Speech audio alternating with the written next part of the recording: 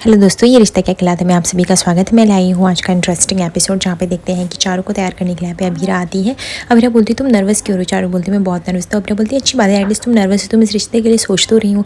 चारू बोलती पता नहीं लड़का कैसा होगा, आपके जैसे अरमान भाई है वैसा होगा कि नहीं। आपका तो अभी सब कुछ सेट है, इसलिए आपको चिंता नहीं हो रही है भाभी, बट मुझे बहुत ही ज़्यादा वो हो रहा है। आपको तो पहले मेरे रिश्ते के बारे में पता था ना, मैं कैसे करूँगी सब कुछ।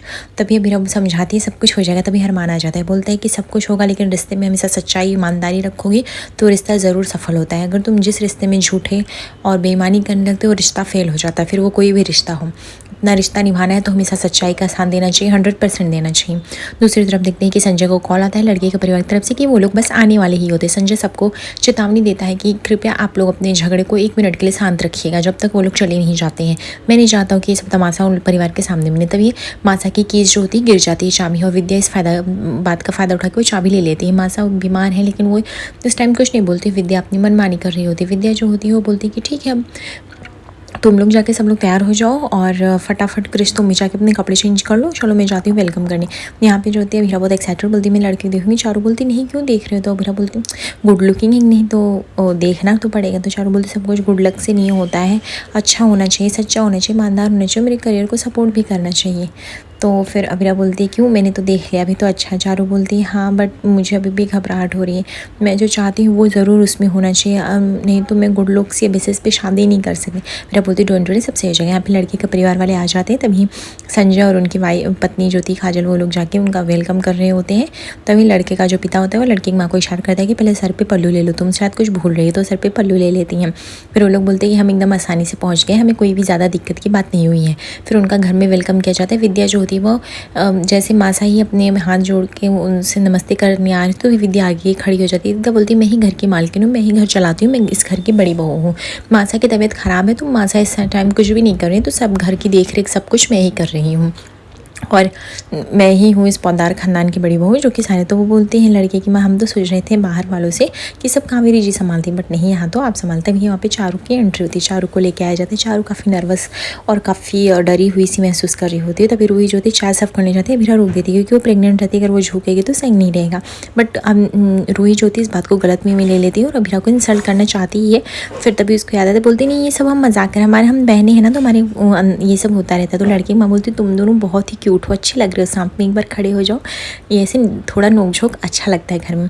विद्या जो होती है वो मासा का चेहरा और पीछे कर देती है ताकि मासा दिखे ही नहीं और मासा को एहसास हो कि उन्होंने गलत किया उसके साथ। यहाँ पे जो होती है जो अभीरा जाहिर होती है मासा का चेहरा आगे करने, माधव जो होता है वो मना कर देता है। माधव बोलता है सब विद्या जानबूझ के करे ताकि तमाशा बने, बट तुम ये सब मत करो, मैं उससे बाद में बात कर लूँगा। और यहाँ पे चारू और उस लड़के को अकेले छोड़ दिया जाता है बात करने के लिए। यहाँ पे चारू जो होते हैं बोलते हैं कि मैं क्या बात करूँ, लड़का में बोलता है मैं क्या, बहुत ही कन्फ्यूज है। यहाँ पे अमीरा और अरमान का कुछ अलग ही टेंशन चल रहा है। फिर बोलती तुम कोई बात है जो डिस्टर्ब करी तो मुझे बताओ। अरमान बोलता है नहीं कोई बात नहीं, वो ऐसा क्या चला जाता है। यहाँ पे चारू जो होती बोलती मैं जॉब करना चाहती हूँ, तो इसमें उस लड़के को ऐतराज़ नहीं, बोलता है हाँ तुम करोगे जॉब, मैं तुम्हें सपोर्ट करूँगा तुम्हारे करियर को लेकर। इस बात से चारू काफ़ी हैप्पी हो जाती है। यहाँ पे चारू और उस लड़के को लाया जाता है बात करने के बाद। यहाँ पे मासा जो होती वो बैठ के अभीरा अरमान की वो सब बातें सुन रही होती हैं। तभी इस रिश्ते की हामी पूछी जाती है। यहाँ पे फंसा जो होते बोलते हैं हाँ मेरी तरफ से तो हमें बेटे की इच्छा जाना। यहाँ पे अरमान कहता है नहीं, भड़क जाता है, ऐसे कैसे आप इच्छा जानते हैं, हम चारू के मुँह से सुनना चाहते हैं, इतनी जल्दबाजी में नहीं करनी चाहिए, चारू बोलो तुमको। तो यहाँ पे चारू बोलती पापा इस बार सही है, मैं सच में शादी करना चाहती हूँ, मुझे ये अच्छे लगे हैं, ये मेरे करियर को सपोर्ट करेंगे, मुझे इससे ज़्यादा नहीं चाहिए। संजय इस बात से काफ़ी झूम उठता है, गले मिलने लगते हैं, सभी लोग एक दूसरे को बधाइयाँ देने लगते हैं, मिठाई खिलाने लगते हैं। यहाँ पे क्रिश और कियारा जो होते हैं वो थोड़ी मस्ती और खींचातानी कर रहे होते हैं चारू के साथ।